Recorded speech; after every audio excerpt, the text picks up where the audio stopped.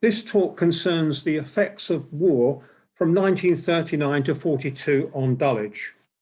The period from 1943 to 45 is covered next month. All the information in the talk was gathered from interviews with around 50 people who experienced life here in Dulwich during the war. The interviews were conducted in 1995 and some more in 2013. Most of the people I interviewed are now dead. I hope that was actually not my fault. Other information is drawn from school histories, local newspapers, local archives, and civil defence records. It's important to remember the difference between 1939 and today. Most houses in Dulwich were rented.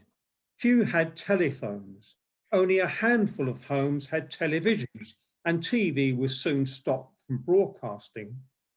Hardly anybody had a refrigerator, and radios were powered usually by batteries, which had accumulators which needed refilling with acid every so often. When war broke out, everyday life changed immediately. It was as if a lockdown had been imposed. Everything was shut down. There was an air raid alert on the day war was declared. It turned out to be a false alarm. Street lights were turned off and streets would not be illuminated again for the next 5 years. Householders had to provide their own blackout material to cover windows. Fines were imposed for those who failed to do so. Car and bicycle lights had to be heavily shielded. Stop and search was carried out to stop black market transactions and looting. What to do about pets became an immediate problem. Like the outbreak of the pandemic last year, almost everyone initially was very keen to be involved. Later, as enthusiasm diminished, participation in civil defence or the war effort became compulsory. So we're now going to turn to evacuation and the Phoney War. It was the experience of the bombing of civilians and cities during the Spanish Civil War that persuaded the British government to evacuate children, expectant mothers, and blind persons from major cities such as London and Birmingham to places of safety. The underlying aim was to remove the vulnerable and non-productive elements of the population in order that the remainder will be a more effective element of the nation's war machine. Evacuation was, however, entirely voluntary, although pressure was brought to bear, as the poster shows. And that the poster is showing a cartoon. A mother is evacuated, or children are evacuated, and Hitler is trying to persuade mother to bring them back. But don't do it, mother. Don't ask your children to come back. Leave them where they are. Now, people could decide to evacuate their children privately or through their schools under the organisation of the London County Council. Schools like Dulwich Prep made their own arrangements. The Prep arranged to evacuate to an estate near Cranbrook in Kent, and plans were made in 1938, which included using half a dozen wooden huts obtained from the Territorial Army and some bell tents and cooking equipment. But the parents' take-up of the school scheme was initially reluctant, with only 50 of the 500 pupils being enrolled, although it did rise to 80 as the threat of war grew. All children who would embark on the LCC evacuation scheme were told to prepare and keep ready a small suitcase of essential clothing. However, when the Munich Agreement was announced, they were told the suitcases could be unpacked. They were soon told to pack them again. And in August 1939, schools in the LCC scheme were asked to stand to every evening at 5 o'clock. On the 31st of August, they were told that the next day will be their 0 hour. All the Dulwich schools assembled that morning, and each school carried a large banner announcing their name and the evacuation number. There was a long wait until a messenger arrived to inform the headmaster or headmistress to march the school to their allotted railway station. Dulwich Hamlet girls received their orders at 2 p.m. to proceed to North Dulwich Station. Mothers tearfully hid behind trees on the route along the village as their children went past. At Jags, the girls were instructed to proceed to West Dulwich Station, but did not know their destination. When they arrived in Lenham in Kent, there was a reception committee waiting for them with stretchers and Red Cross ambulances as they were expecting pregnant mothers from the East End. At Leatherhead, where Dulwich Hamlet girls were received, a teacher recalled, "A nurse came along and examined the children's heads and hands. All seemed well. And then we were given a paper bag and queued to be given a tin of corned beef, a tin of Nestlé's condensed milk, a bar of chocolate, and a handful of loose biscuits scooped into our bags by a man with hands that could have done with a good wash." Dulwich Hamlet boys were eventually all found accommodation at Ashton in Surrey as well, but not before nightfall. On the morrow, a Saturday, each school's staff frantically tried to find places where classes might be assembled and taught. After a few days, things settled down. Some schools connected with other local schools and shared premises, one school meeting in the morning and the other in the afternoon. This worked well for Jags because of the initial problems, they had been re-evacuated to Sevenoaks and they now shared with Walthamstow Hall Girls' School. Personality clashes between the heads of Dulwich College and the host school Tunbridge caused much friction and led to the eventual return for the college for the duration of the war back to Dulwich. At Cranbrook, where Dulwich prep boys were, a boys' own atmosphere prevailed, stimulated by the fact that the school was all together in summer camp-like surroundings. The splendid autumn weather gave way to an early snow to the delight of the evacuees. Back in Dulwich, however, with none of the anticipated air raids occurring, parents were anxious to be reunited with their children. By the spring of 1940, Dulwich's evacuated private schools were feeling the high cost of still maintaining their old school premises. And at the same time, with local education authority schools being closed, returning children were beginning to be a problem, and there were outbreaks of juvenile delinquency caused by boredom. The LCC therefore decided to reopen many schools as emergency schools to accommodate children who had returned to London. For Jags and Dulwich College, a decision was made to return to Dulwich.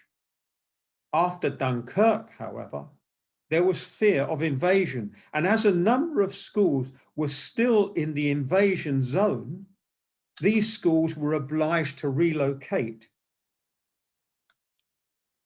It was not easy. After a great deal of inquiry and anxiety, Dulwich Prep found accommodation at a hotel, the Royal Oak in Betsy Coed. It's still there. The first parents heard of the school's move was when they saw this photograph, which appeared in the London Evening News of the school departing for Wales from Waterloo. The LCC offered re-evacuation to Lyme Regis and Collerton for its girls at Jags. Alain's moved from Maidstone to Rossall School in Fleetwood in Lancashire, where it remained throughout the war. Dulwich Hamlet boys and girls stayed put in Ashton for the whole of the war. Both Jags and Dulwich College persuaded the authorities that their basements in the schools would provide adequate shelters during air raids. Just as plans for evacuation had been carefully laid before the war was declared, So too was much of civil defence planning. In the early days, participation in the civil defence, the ARP, air raid precautions, the fire service, local defence volunteers, later named the Home Guard, and the Women's Voluntary Service was indeed voluntary. With the onset of the Blitz and the dropping of thousands of incendiary bombs, participation in some sort of civil defence, now including fire watching, became obligatory. Full-time wardens and land army personnel were paid, but others were not. The appeal for ARP wardens was launched in April 1938, but it was after the Munich crisis that the first of these volunteers was mobilised. Warrant cards and badges for Dulwich wardens arrived in January 1939. Dulwich was divided into 7 sectors. New recruits were canvassed, and each sector was given a post number. At first, they met in private houses to carry out exercises. As I have already mentioned, few people in Dulwich had telephones, so on the 31st of August 1939, a state of emergency notice was hand-delivered to each warden. A typical example of what happened was recalled by a Mr. Duprat living in Pickwick Road. It was a nice evening and there was a heat wave. He was leaning on his gate, enjoying the air, when Miss Rita Guroni, a full-time warden, arrived, somewhat excited and out of breath. She carried a red envelope containing the notice of the emergency. A room was immediately cleared for use as a post headquarters. Local maps were pinned to the walls, and this situation would last for the next 9 months. Later, air raid wardens would be issued with a navy blue boiler suit kind of uniform and steel helmets. It was their duty to ensure the blackout was kept, to provide assistance during air raids, assess the situation, call other elements of the civil defence service, fire, rescue, first aid, whichever it was required, list the injured and the dead and the houses damaged. They also had to extinguish incendiary bombs. And each sector, a post headquarters was established, this time now in a sports pavilion or a church hall or similar. In Dulwich, these were at Dulwich Library, in Townley Road in what is now the NHS Clinic, and in Burbage Road in the Cricket Pavilion. But there were another 4 others as well. One of the first tasks of the ARP was to deliver gas masks. Following the horrors of the use of gas in World War I, there was great fear that poison gas would be used as a weapon on civilians. St. Barnabas Hall was a centre for their distribution. Everyone had to carry their gas masks throughout the war. A social and competitive spirit arose from the shared danger and hardship among the wardens. Quiet nights on duty at post were whiled away with games like darts or cards. Later, especially when the Blitz ended and there were quieter times, then whist drives were held, as well as musical evenings and dances. In the photograph can be seen the trophies of the inter-post competition, which was competed for by the various ARP posts. Members of Post 60 in Burbage Road later recalled the success of their memorable dinner parties in a booklet they published, and the friendship that had become established between members of Post 60 carried on, and for a number of years after the war, they continued as a social club. Another task of the ARP was to supply Anderson and Morrison shelters and to manage street shelters. The public's reaction in Dulwich was often to decline the offer of a shelter. I don't want my garden dug up, but instead to seek refuge in the coal cellar, or often the cupboard under the stairs. Some preferred to get under a billiard table or other tables. Some Dulwich residents, enterprising ones, built their own indoor shelters. The Anderson shelter that's shown on the left, so this was one in Decker Road, was usually damp and often prone to flooding. It did, however, provide good protection. And I do remember interviewing a lady who lived in Turney Road who had gone to the doctors and mentioned the shelter. And the doctor had said to her, well, you can take a chance in going down the shelter and the odds of a bomb dropping on you are very remote. But if you go down to that shelter in the garden, you're guaranteed to get pneumonia. So this was the kind of unpleasantness that there was with those kind of shelters. So the indoor Morrison shelter on the right was a nuisance because its size in small rooms. But it did, however, save lives. And one particular family that I know, they lived in Park Hall Road. And when the house was hit by a flying bomb, the Morrison shelter, complete with its occupants, fell through from the ground floor into the basement. And although injured, they did survive. But what people actually did with the Morrison shelter was you couldn't use it as a table because you couldn't get your knees underneath it. So you put a cloth on top and you put bowls of fruit on or books or whatever you wanted to put on top.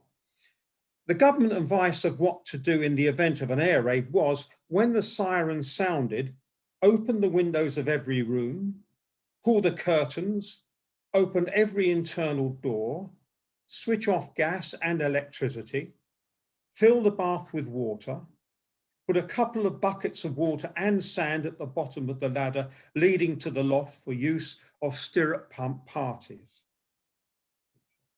Public street shelters were not popular, usually because of the lack of privacy. They were provided in most roads and in Dulwich and Peckham parks. The reserving of bunks in the shelter was rather like today's reserving of lounges around a holiday pool, discouraged, but it happened. In the quieter years after the Blitz had subsided, between 1942 and early 44, street shelters came in for increasing vandalism and were kept locked during the daytime. The ARP appointed shelter marshals to oversee street shelters. Not all had a bad reputation. Some were very jolly, depended on the shelter marshal's personality. The shelter next to Dulwich Village Infant School was well used, and the marshal, Rose Smith, managed to keep the occupants cheery and within bounds, whereas the shelter at North Dulwich Station was rarely used, even by passengers on held-up buses. And you might like to look at that street shelter, which is in Glengarry Road. The houses to the right, backing onto Playfield Crescent, were all destroyed. And that shelter was damaged by those landmines, but nobody inside was actually killed. So that was quite remarkable. The Blitz on London commenced on Saturday, the 7th of September, 1940. There were 91 consecutive days and nights of bombing. On Monday, the 9th of September, the occupants of the LCC flats on Wheatland House and Albrighton Road, Dog Kennel Hill, went down to their shelter when the air raid sounded. And the shelter you can see in the right-hand picture. That's a modern picture just taken a few weeks ago. And the grassy banks between the blocks of flats still show the shelters. They've been concreted over. You can see in the foreground the concrete cover. Well, what happened on the 9th of September when those occupants of Wheatland House went down to their shelter was that 2 high explosive bombs simultaneously exploded on the shelter. A tree was uprooted and fell across the safety exit. Only the 2 people standing on the steps of the entrance survived. 29 people were killed. So great was the tragedy that the King and Queen visited the scene 2 days later when bodies were still being recovered, thereby putting themselves at great risk because a few days later, another bomb had hit flats slightly down the hill where 6 more people were killed. A child aged 4 would later in life recall her memory of the incident. She did not remember the explosion and the loss of life, but she did remember the visit of the King and Queen. Number 137 Burbage Road received a direct hit. Here you see a photograph of it front and back. Fortunately, the 3 occupants were sheltering in the cramped cupboard under the stairs and all survived. The local defence volunteers, LDV, later called the Home Guard, is accurately shown in today's reruns of Dad's Army. It was formed in May 1940. In Dulwich, the Dulwich Estate's plumber, Jim Curtis, got hold of some old Boer War rifles which had been used by the local boys brigade many years before. Jim drilled the estate staff in their use. At the Dulwich and Sydenham Golf Club, some of the members formed a unit which initially was not headed by an officer, as at the beginning there were no ranks in the LDV, so it was run more as a committee. One member was Lionel Logue, the speech therapist made famous by the film The King's Speech. They had the golf club room as their comfortable headquarters and kept the use of the indoor toilet as their particular perk. A nearby unit of searchlight personnel were required to use the outdoor lav. It seems that at least one rifle had been issued to the unit around the time of the Battle of Britain. The 30 rounds of ammunition for it were kept in a cigar box in the clubhouse. In addition to keeping watch for parachutists and fifth columnists, the unit was also keen to enforce a local blackout. When no one answered the door to them when lights were showing one night at the Grange, a large house nearby, they shot the light out. It was a bit unreal that when the Home Guard came off duty in the mornings after a hectic night, the golf club groundsman arrived, soon followed by the golfers. When Gilts Crescent was hit by bombs in the Blitz, the Home Guard platoon at the golf club had plenty of opportunities to blaze away with what serviceable weapons they had. The main object of their aim was the flares dropped by the Luftwaffe to illuminate potential targets and to identify barrage balloons. Flares were shot out over the clubhouse by the unit in October 1940. The nights were clear and there was moonlight, ideal conditions for enemy bombers, and the neighbouring anti-aircraft battery, which was situated where the Scouts headquarters is today, at the top of Grange Lane next to Dulwich Woods, that was in action every night. A close call came on the 14th of October when 2 bombs exploded a mile to the south. A Messerschmitt 109 dived fairly low over the clubhouse just afterwards. There was great enemy air activity that night, and to make matters worse, a barrage balloon came down on the 13th fairway and the unit had to secure it. The Home Guard joined the RAF and Royal Artillery sentries in continuing to bang away at falling flares. You can see these pictures here of the latter days of the Home Guard when it was much better organised. And you can see they're smartly dressed. And the left-hand picture in the back, you can see the spire of St. Peter's Church. And in the right-hand picture, you can see them in battle dress, steel helmets, being inspected. They had a headquarters established in a large house in Thurlow Park Road. And later in the war, the Home Guard members in Dulwich manned rocket launchers on Dulwich Common. There were great attempts by government to try to get life to continue as normal after the initial 3-week lockdown. As I mentioned at the beginning, for the first 3 weeks, everything was closed. So morale needed to be lifted. Band concerts in parks continued. Football matches carried on. But it was the cinema which was the main source of entertainment. It played a hugely important role in World War II. The newsreels served as today's TV news, and films provided welcome relief. These posters from 2 of Dulwich's local cinemas are dated 30th of September 1940, at the height of the Blitz. When the air raid siren sounded, and the siren was nicknamed Moaning Minnie, a notice was flashed up on the screen: an air raid is in progress. Most people remained to watch the film. Regular whist drives were also hugely popular all through the war as a means of socialising.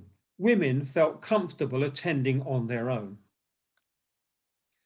When the Grafton Hall in Village Way opened as a British restaurant in 1942, a number of people remarked that they could not eat in such centres as it was not meant for their type, but only for people who were in difficulties. Miss Riley, of the local agent for the London Mill Service, quickly remarked, "It is part of an individual's war effort to eat at the centre. Another thing to remember is that it provides meals quickly and is a great help to war workers. I want to get into the minds of Dulwich people the necessity of using the centre and not feel it is not the thing to do." Originally named communal kitchens, the restaurants were run by a local committee on a non-profit making basis and were initially intended for people whose homes had been bombed and who had no cooking facilities.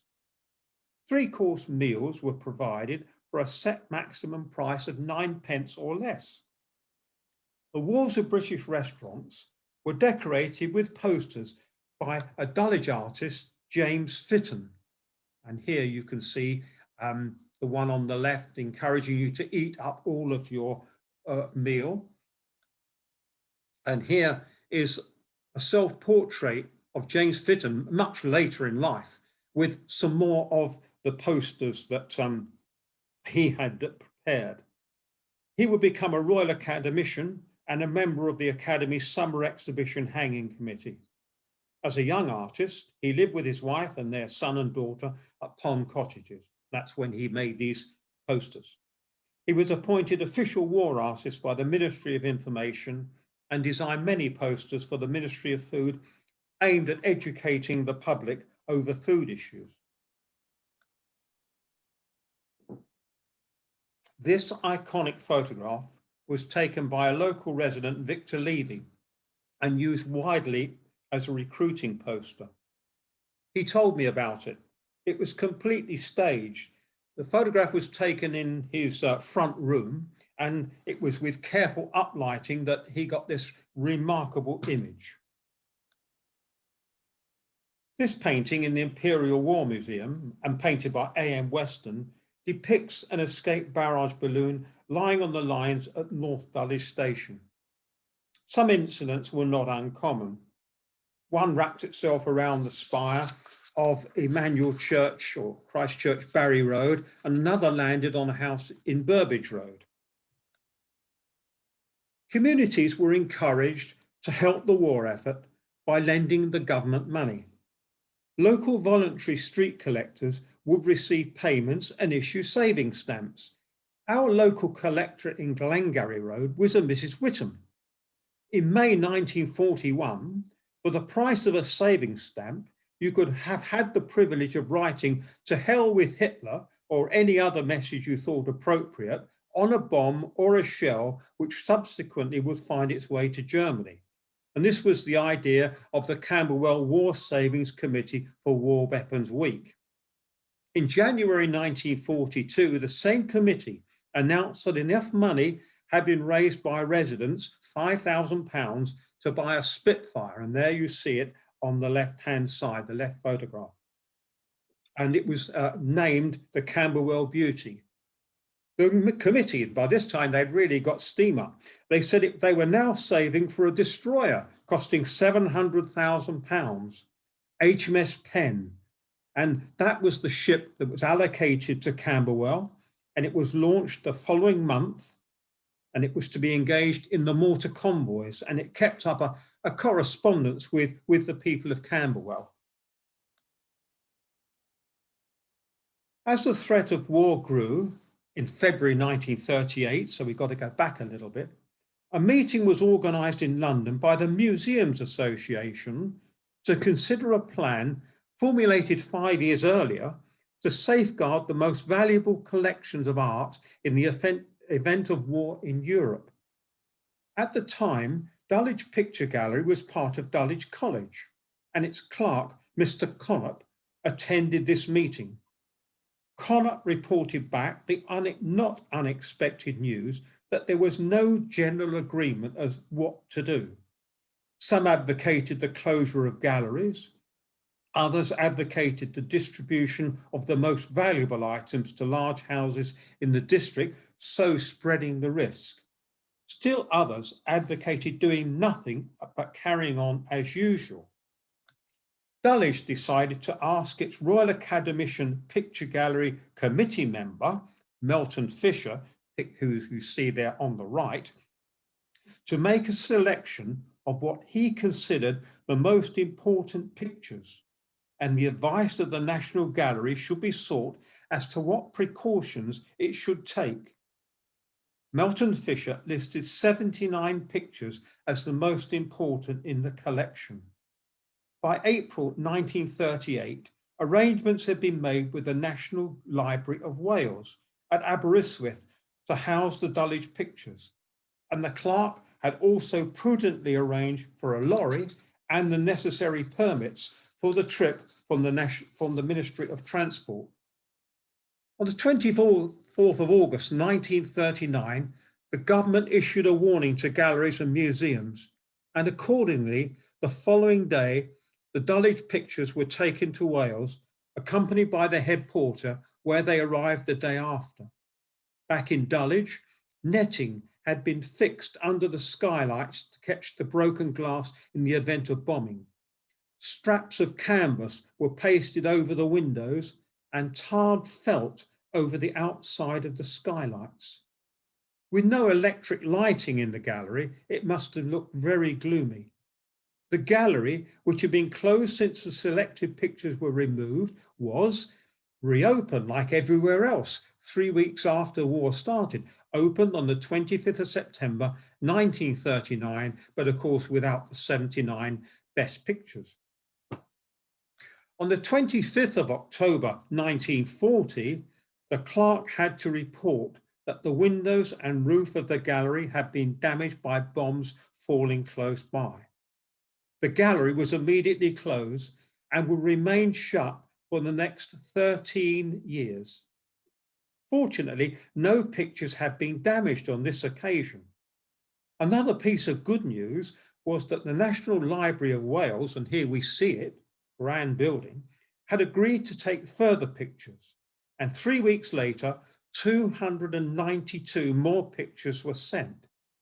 The subsequent story of the gallery during the war will be told in my next talk. Recent research by Sharon O'Connor of the Dulwich Society's Local History Group has led to local recognition of Dr. Elsie Widdowson, who grew up in East Dulwich and became a distinguished nutritionist and the government's food rationing policy advisor. She and her research partner, Dr. Robert McCants, if you look at the picture on the right, Elsie Widdowson is on the right-hand side of the picture. On the left-hand side of the picture, throwing his head back with laughter, is Robert McCants, and in the middle is Eamon de Valera. They had gone to Ireland to assist the Irish government in the treatment of rickets after the war.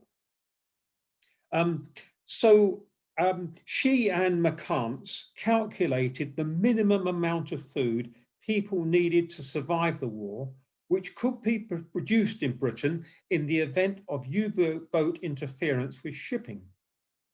They tested the rations on themselves for 3 months and then went on an arduous cycling trip to the Lake District to see if they were still fit enough. They were. Their discoveries formed the basis of rationing introduced in January 1940. You might like to know that one person's food ration for the week was 4 ounces of bacon or ham, 1 shilling's worth of meat and 2 penny worth of corned beef, 6 ounces of butter or margarine, 8 ounces of sugar, 2 ounces of tea, half a pound of sweets, 2 pints of milk, 2 pounds of marmalade or 1 pound of jam per month, 1 tin of fruit and 1 tin of pressed meat per month, and 47 eggs per year. I remember saying to my mother about the scarcity of eggs during the war, and my mother said to me, oh, she said, we had bacon and eggs for breakfast every day before the war, and we got tired of it. And I couldn't believe all this. And you were allowed to eat unlimited amounts of potatoes, vegetables, and wholemeal bread. And it was Elsie Widdowson who invented the national loaf, which relied on wholemeal flour. And there is the poster for the national loaf, which was brown bread and pretty unpopular, but it was nutritious and you were allowed to eat as much as you wanted of it. During World War II, many people, my mother included, occupied themselves during the blackout with craft work. Often, this formed the basis of a small cottage industry. Well, it certainly did in Glengarry Road. My mother made lampshades, sewing the fabric onto wire frames, which she had previously taped up first. A neighbour, he specialised in making wooden photograph frames that could stand on a table, and invariably they contained the photographs of their son or their daughter in service uniform for all to see. Another popular hobby was to retrieve the brass casings from shells and polish them highly and use them as flower vases, especially good for foliage and grasses. And in summer, you would put them in the fireplace and very nice they looked. Knitting was popular and a useful craft which could be done anywhere. Old woolen garments were unpicked to provide new wool for new creations. Clever people made dresses out of old material, a great boon as clothes were on coupons. Often these crafts developed into small businesses selling the items made. While people enjoyed the craft work, I should also, while people were enjoying the craft work, many people regularly tuned into Lord Haw Haw's broadcasts from Nazi Germany. Although they carried German propaganda, they nevertheless had a following. William Joyce, Lord Haw Haw, had lived in Dulwich before the war and formed the British version of the Nazi Party after he split with Oswald Mosley's British Union of Fascists. Before escaping to Germany in 1939, William Joyce's National Socialist League Party held public meetings throughout Dulwich. But more about him and the remainder of the war in Dulwich in my next talk on the 1st of June, when I will tell you about the last 2 years of the war, which were probably worse than the first 3.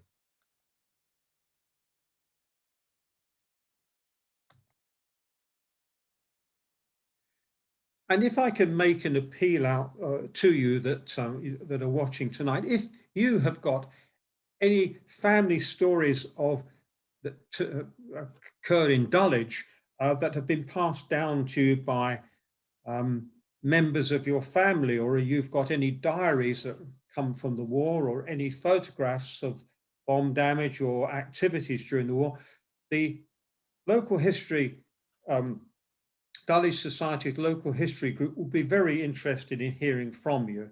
And if you could let us know on history@dulwichsociety.com, that would be much appreciated. Thank you very much indeed.